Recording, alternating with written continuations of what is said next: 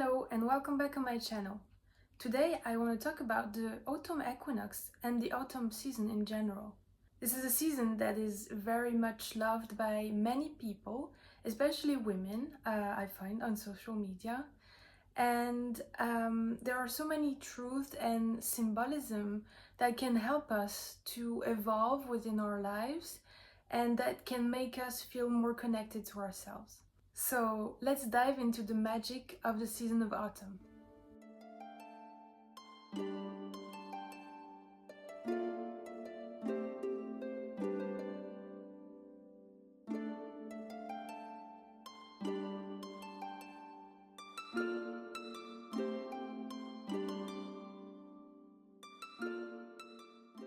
Autumn is the season where darkness starts to come back into our daily lives. The sun sets sooner and we spend more and more time in darkness. And on the 23rd of September, there is the equinox where the light and dark are going to be equal. And this is an opportunity for us to really look at our lives and see where we can find this sense of balance between dark and light, between conscious and unconscious, and between yin and yang. I want to talk a little bit about yin yang actually, because I have read a book about it, and in the West we have a conception of yin yang that is very different from what it is in the East. For example, we say yin and yang, but in reality, these two words cannot be separated because they are part of the same cycle that is continuously active within everything, where it be seasons, the life of plants, animals, our own bodies, and in general, our own lives. The cycles that we go through, they are never very cut off. Everything goes together. And so, for example, we can think about the yin as the night and the yang as the day, yin as the moon and yang as the sun. But what it truly is that the moment of yin, for example, for the night, is the sunset, because that's the moment where the yang component of the day is starting to go into darkness.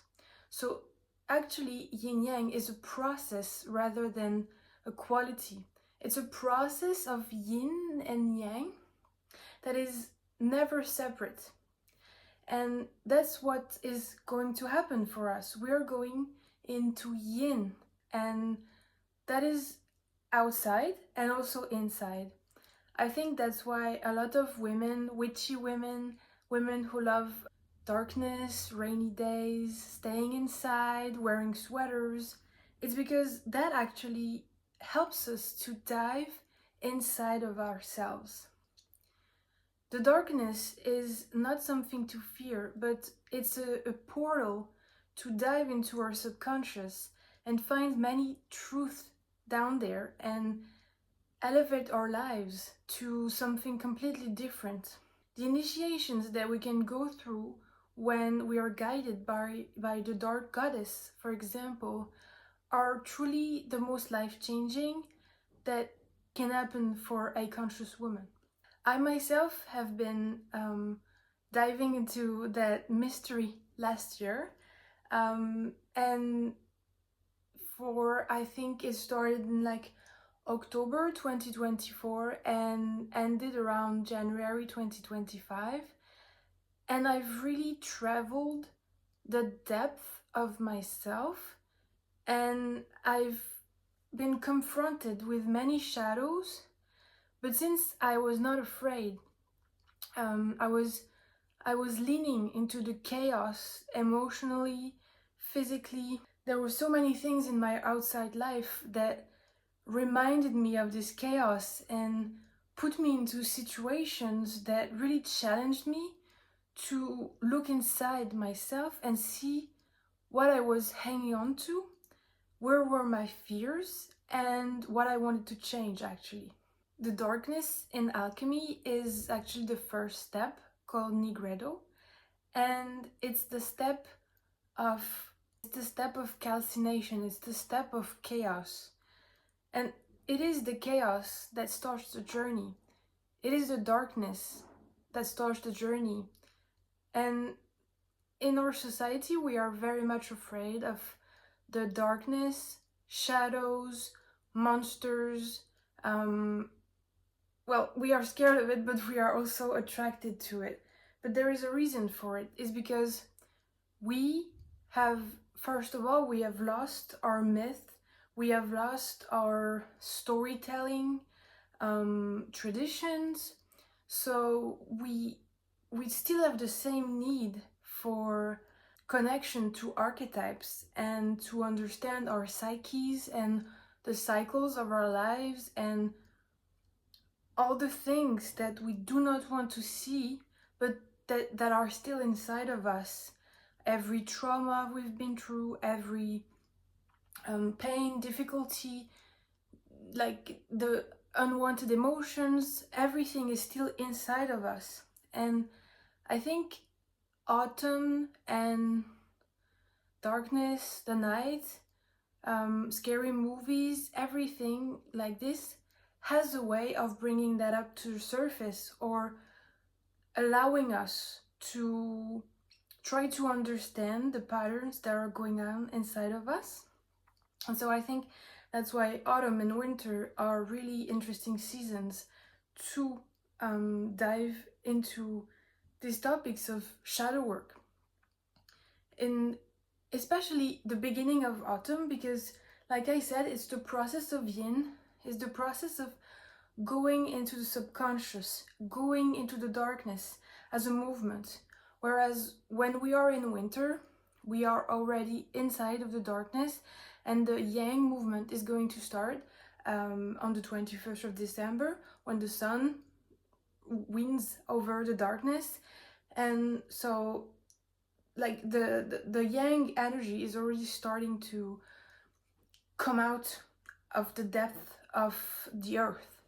So now is the right moment to really dive into this, and that's why we have Halloween or Samhain, and I think that's also why we want to gamify these kinds of monsters in a way. We want to have scary movies, but kind of funny. We want to explore stories, but outside of us. And so many people complain about this season because there is no more sun, there is no more heat, they have to stay inside, there is less things to do. And that's actually the thing that makes us face ourselves, like I said. And I think a lot of people nowadays don't want to face what's going on inside of them, and all of this time and darkness is forcing them to. So what we can do to honor this process is, first, not fear, not resist, try to live with the season, like be connected to the rhythm of the sun and the night. Try to be connected to the temperature and dress accordingly. And when it's raining, just don't see it as a punishment preventing you from going outside, or to make you suffer when you have to go to work or to school and spend a long time and you're starting to get cold and maybe you get sick. Every little thing like this, it's really confronting you to something. I've started to think about the weather as processes to help the psyche work through some things. So for example, when we have long days of hot sun, summer, it's dry, and we can really, like, the time stretches, it's sunny a long part of the day, there is very short nights, and we spend a lot of time outside. It's a time to really purify, dry it out. Everything is outside, even our bodies. We wear very short sleeves, like very short clothes, and that helps us to really heal a part of us. That helps us to clear, cleanse, and hair it out. When there is a lot of wind, To me, it means there is change, and we can let the winds go through us and purify these emotions that are stuck maybe, or that need a little push, so that we can, like, for example, declutter our homes and like really make space. The wind is for making space and bringing new changes into our lives. As for the rain, it represents emotions because it's the water. So obviously it makes us kind of a little bit melancholic, and we can feel a bit sad, depressed, and that's kind of bringing us to our unresolved grief. That's why it's so difficult to like endure a day of rain, especially on our hemisphere, because we don't suffer that much from lack of rain. We are in humid countries, so we cannot enjoy the rain as much as life-giving. But it is also here to cleanse us, because when there is a good rain, especially after summer, we can see that all the dirt, the dry leaves, everything is cleansed out of the roads, the streets, and that is like the same process as crying. So that's how we can see the rain. As for the cold, it is also meant to contract us so that we turn inward. We turn into our own warmth, and we go inside, we bundle up into sweaters, and again, that's making us protect ourselves and really turn inward. The process of turning inward or outward is also a process of yin yang, because we can see how the awareness is going inside, but it's not a fixed process either. Just like when summer arrives, we turn outward. That's the yin yang process. But all I've said on yin yang, I'm not a professional, and there's so much more to say about it. So please just go do your own research on this concept, because I'm not a master of it either. I've just read this very, very interesting way of thinking about it, and how we are kind of wrong in our way of thinking about it in the Western world. Secondly, to really enjoy the coming season, I would suggest to really embrace the inward turning, like journal, shadow work, really looking at yourself in the mirror and asking yourself what has been coming up for you this summer, and what did you create? What were you able to bring to fruition? And how do you want to end the year?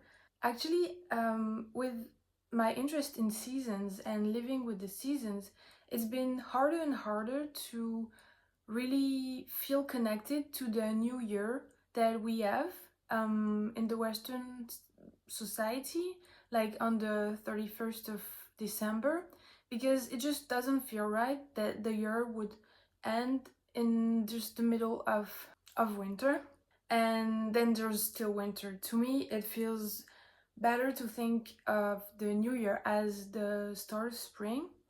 So, like, if you see the year only with seasons, how do you want your winter to go, your autumn and your winter to go? Think about that, how you want to finish it before spring comes next year. And like I said, darkness really is a portal, an entry to your subconscious and to your shadows. But the shadows, they're really not the scary things that we imagine they are. Of course, they became shadows because you didn't want to look at them, because they made you feel uncomfortable. But in this initiation with the dark goddess that I lived through last year, I've had one moment because I couldn't sleep, and I had all these thoughts coming to me, like self-hatred, regret, shame, and like they for a moment, because my mind is kind of inclined to seeing things through the lens of poetry, I saw these feelings and thoughts as kind of like dark figures that would come to me, but they didn't like attack me or anything. They just smiled. They were just like black silhouettes, you know, and they just smiled and came to me, but actually they just wanted my attention. They were scary because I didn't want to look at them for so long, and because they're very uncomfortable. But when they came to me, in the image I created in my head, it was like these little silhouettes coming to me asking for my attention. And when you're scared of them, you can see them coming, and they come. But so in the scene, you can think they want to attack you, they want to possess you. So you run away and you look somewhere else. And so they get bigger and bigger and scarier because you have associated these feelings with being afraid. And that night, I don't know why, I just felt so comfortable in the darkness and with my emotions, because of all the chaos that had been coming into my life in this season. I just stood there and I stayed instead of running away. And you know what? It's like the silhouettes shrinked and they were smiling, but they just looked at me like almost like a mother, and they were like, "Look at us, please. We have been so intent on coming towards you because we want to be seen and held by you." And when I did that, I stayed and I consciously felt them into my body. I consciously allowed them to be without rejecting them, without saying they were wrong, without saying they were scary. And they dissolved right in front of my eyes. And that's when I understood really the darkness is the key actually to liberating ourselves, because that's where we hide the blocks and the things that slow us down, the obstacles on the road. They're actually in our minds and in the darkness of the subconscious. But if we allow them, because like when we speak about it like this, it's kind of hard to go into the subconscious, especially for someone who doesn't do meditation, for example. Someone who has restless mind. Well, if I can add a point here, in my opinion, people who say that they are special and they can't meditate because their mind is different is actually the people who are running the fastest. They are running the fastest away from these uncomfortable thoughts, because I was exactly like this. Like my thoughts were going crazy and I was very uncomfortable. And in the beginning of my meditation journey, I would get so angry. I would like storm out of my meditation practice because I hated what I saw, what I felt. I had crazy images coming before my eyes, like gruesome stuff that had no context. And the more I did it, first of all, I saw things coming that I had ingested through media, through movies, like horror movies and everything. I would get horror like images coming from horror movies, and that's when I realized that actually when we watch horror movies, that they impact us much more than we know. It's just that they run on the background and we just like ignore it. But when we start to look inside, that's when we start to see the difference. And of course, it can also happen to a lot of people who don't watch any sort of horror movies. But what I'm meaning to say is that you are going to be faced with the most uncomfortable thoughts and feelings when you start to look inside. And I think that's a good allegory of like hell. Like imagine this sort of line of defense that is the symbolism of fear. So of course it's going to take on the form of what you fear the most, what makes you the most uncomfortable, what you hate the most. And so of course you think like, this is hell, I'm gonna open my eyes and only see the light because inside it's hell. But actually, it is just a line of defense. And when you sit patiently, instead of running away, first of all, you can see that this is just a mirage and nothing really attacks you. And that's the same. That's the same thing about autumn, because so many people get depressed in autumn and winter. And that's the same thing. The depression, if you let it, most often, unless you really have a condition, a mental health condition, most often it will not consume you. It will not make you go crazy like you think you are going to be if you let it.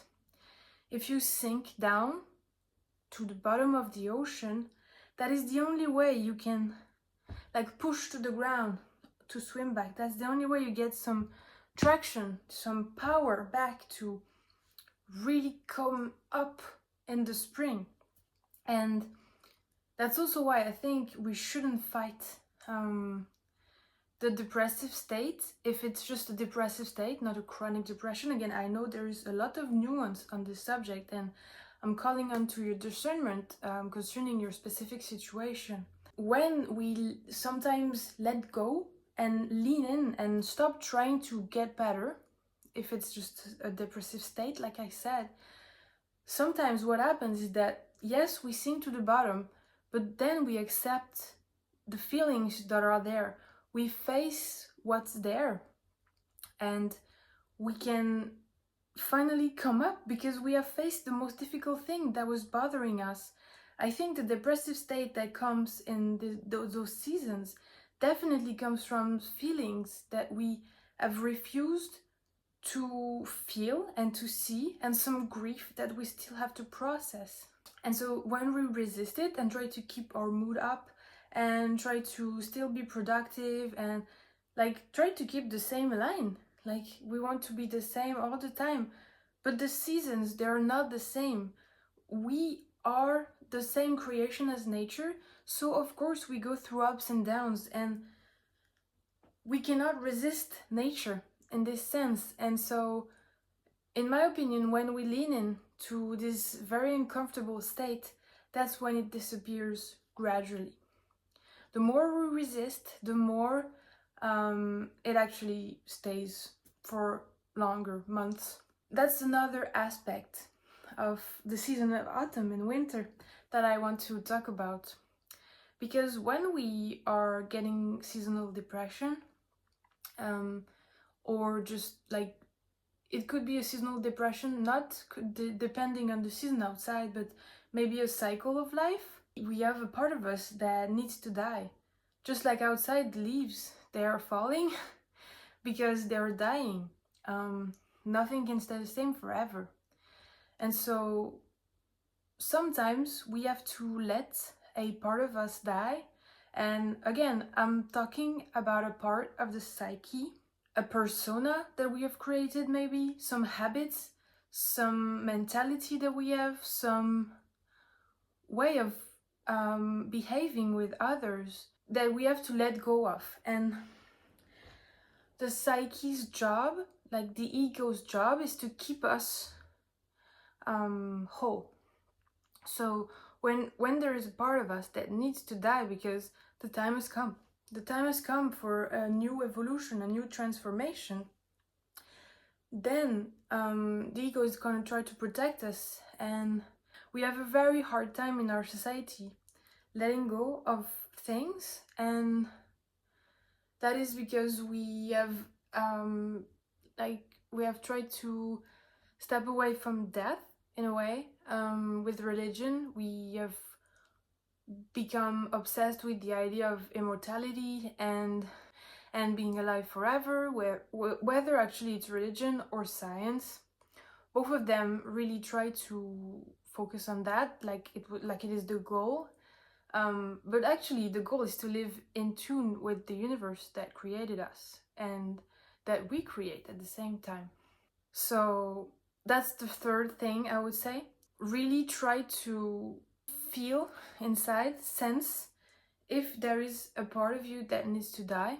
And you can write, you can draw, you can do some rituals, Like, you're right, this part of me that is like this with others, that does these things and that has these habits and these emotions, and you write everything about the thing you want to get rid of, you want to let go.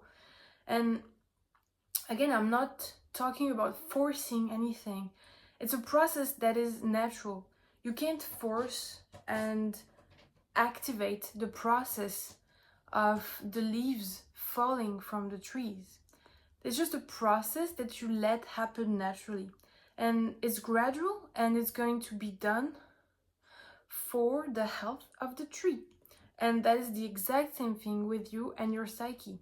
So, yeah, I would say, to summarize everything, that embracing the season of autumn and the coming of the darkness is a way of transforming ourselves by shedding old identities and letting go of the things that no longer serve us, by grieving the emotions that were left from the summer or the years past, so that we can appreciate the fruits that we have created this year, but also grieve everything we haven't done and won't be able to do, because that's also part of life.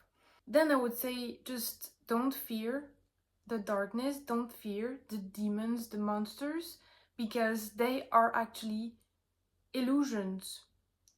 Because you're trying to protect yourself from discomfort and pain, but only through feeling inside of your body and being present and offering attention, only then can they dissolve.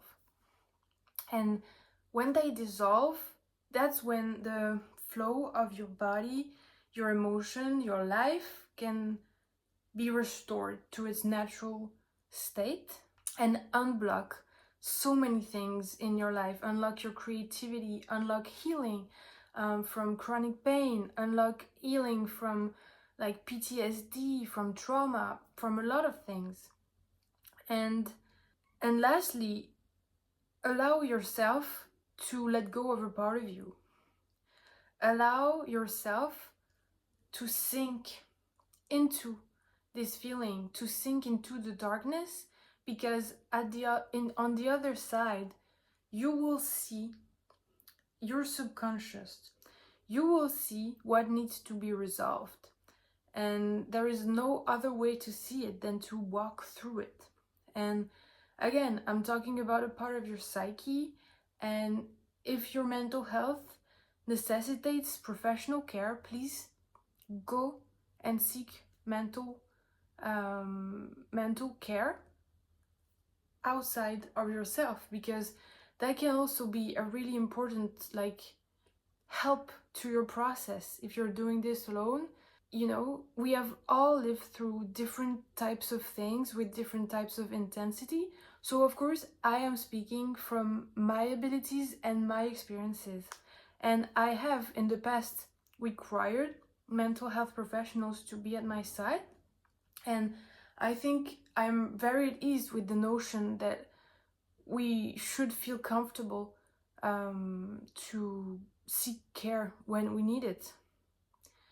That is also part of the seasons of life. So please be reminded that you are loved, you are cared for, and this universe only wants good for you. You can too heal from anything that you're going through.